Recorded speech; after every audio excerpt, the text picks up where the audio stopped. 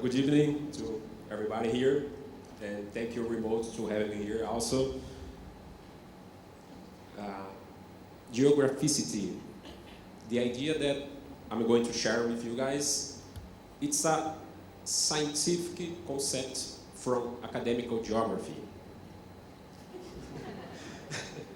And what's interesting to having here that this idea is still under construction because all the people that are already met in here, all the ideas that we are sharing, and just 10 seconds ago before your speech, some ideas come into my mind. So we are still developing this idea. And I hope to be able to bridge this idea, to bring this idea from the academy to our such dynamic community. And so that's the introduction that I'm going to say.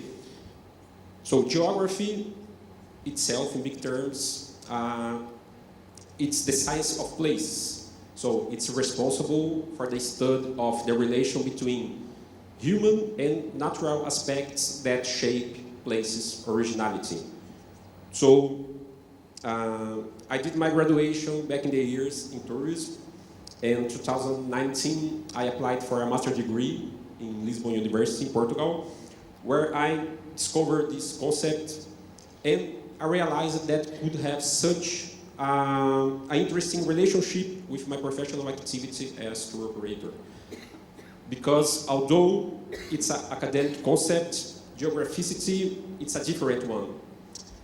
It is first scientifically open and situated between the border of science and philosophy, and address more subjective aspects of the relation between man or the human beings and the earth. For example, the inspiration, the connection, the learning, and the wonder that a contact with a new place evokes on us. It brings some ideas that how can we use this for our everyday activities, and how to do this, how to use these ideas to provide better connection between man and earth, between travelers and destinations. So, the intellectual activity to thinking about place, it's really old. So the first registers are from the ancient Greeks, and through the history, this set of knowledge has played a fundamental importance to the definition of the world as we know it today. Until to the point that it became scientifically in the early of the 19th century and has transformed it into the geography that we commonly know today. This explanatory, encyclopedic, made in Europe, set of knowledge that models the world and input on us the ideas, for example, that center and peripheric in the world that it's round.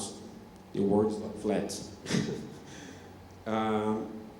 There are so much to say about that. Geography, it's such an eminently political topic.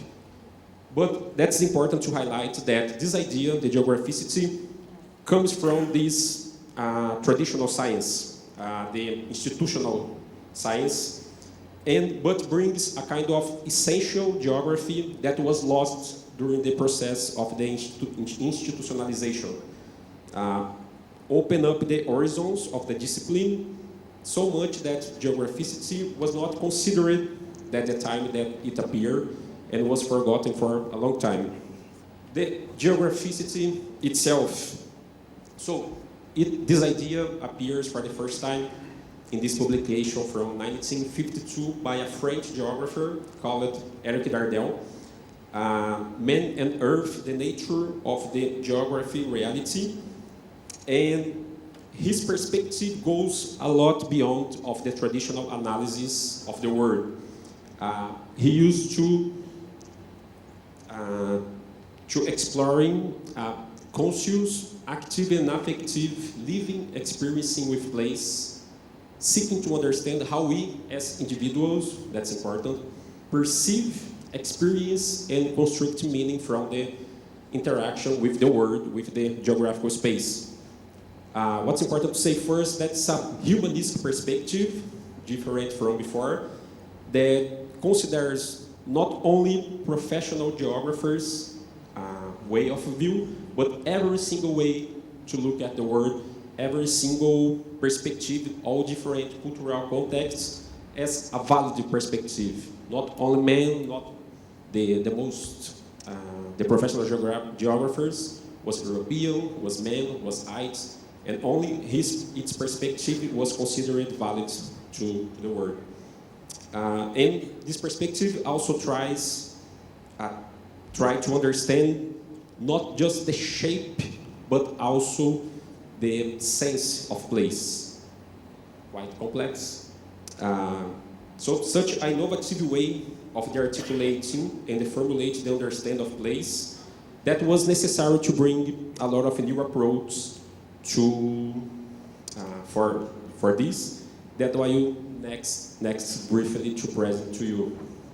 So Dardel brings such an innovative way to try to understand the world and open the horizons of the discipline and bring some new perspectives that I resume here.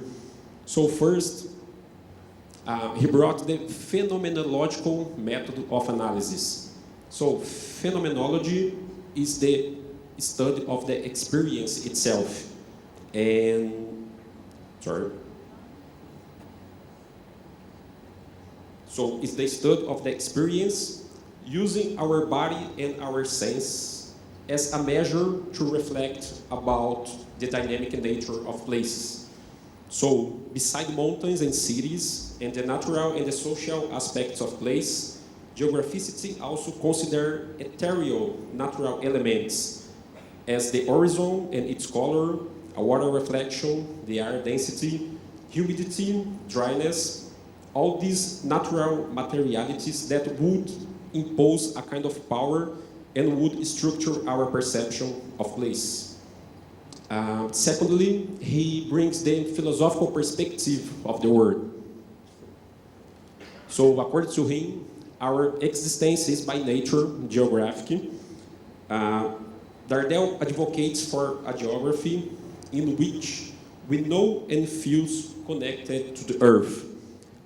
Not anymore the division between man and nature, not anymore the division between human and physical geography, but a perspective that now that's today called more than human perspective that consider, in big words, we and the world, we are the same thing.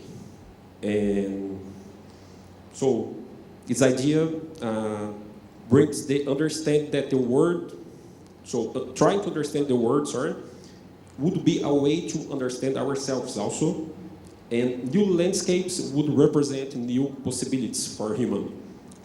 It brings the idea of the transformative nature of travel. So there are a lot of our activities. And thirdly, it's the notion as Earth as our home, and the love for the world and its density and variety. Geographicity encourages to movement, encourages to explore all the diversity of the world, so encourages to travel. But in a special mood, we have to be being active and conscious inhabitants of our planet that has to be respected and yours to be protected. So no metaverse, no spatial rockets, but acting as caretakers of the earth. Quite nervous in here.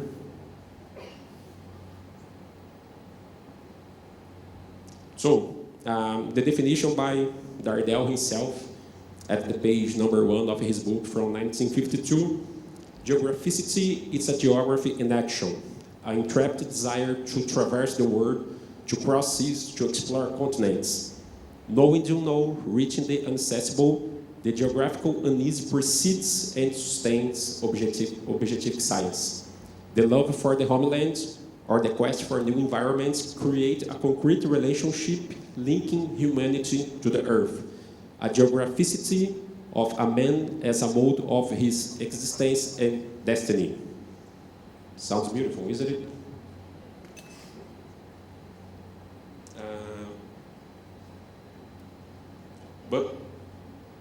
So these ideas are so nice and so beautiful. It's important to say that it's under development, and I'm presenting this idea today here for the first time. But, sorry. Okay. So how could we use these ideas to try to provide better connection between man and earth, between travelers and destinations? As I told you, these ideas are under development, but there are some directions that we in Auroraeco, we are seriously thinking about considering to our travel programs that could be some starting points. To first is to educate in the way of to present the concept in appropriate way, providing to travelers the pathways and the autonomy to engage with destination as a geographer. Because geographicity implies necessarily one intentionality. We have to be aware about it. So we could use travel materials, welcome letters, field notebooks, and art, especially literature and poetry, as a resource to tune travelers to destinations. And secondly, to know really well our products and destinations, because geographicity is down to the earth. It's a fundamentally field experience. So the idea is to keep improving our knowledge about destinations, being able to provide nothing but just great travel programs to our clients. And really important also to keep improving our contact with local providers, especially with host guides who can play such a fundamental importance, acting directly as facilitators. To finish, the experience with the world, the experience with the geographic space, it's essentially personal, but understanding this concept can be a starting point to first facilitate this connection, and also at the same time we can promote, by the power of these ideas, the conditions for thought and action that allow for a more ethical way of inhabiting our planet. That's all. Thank you.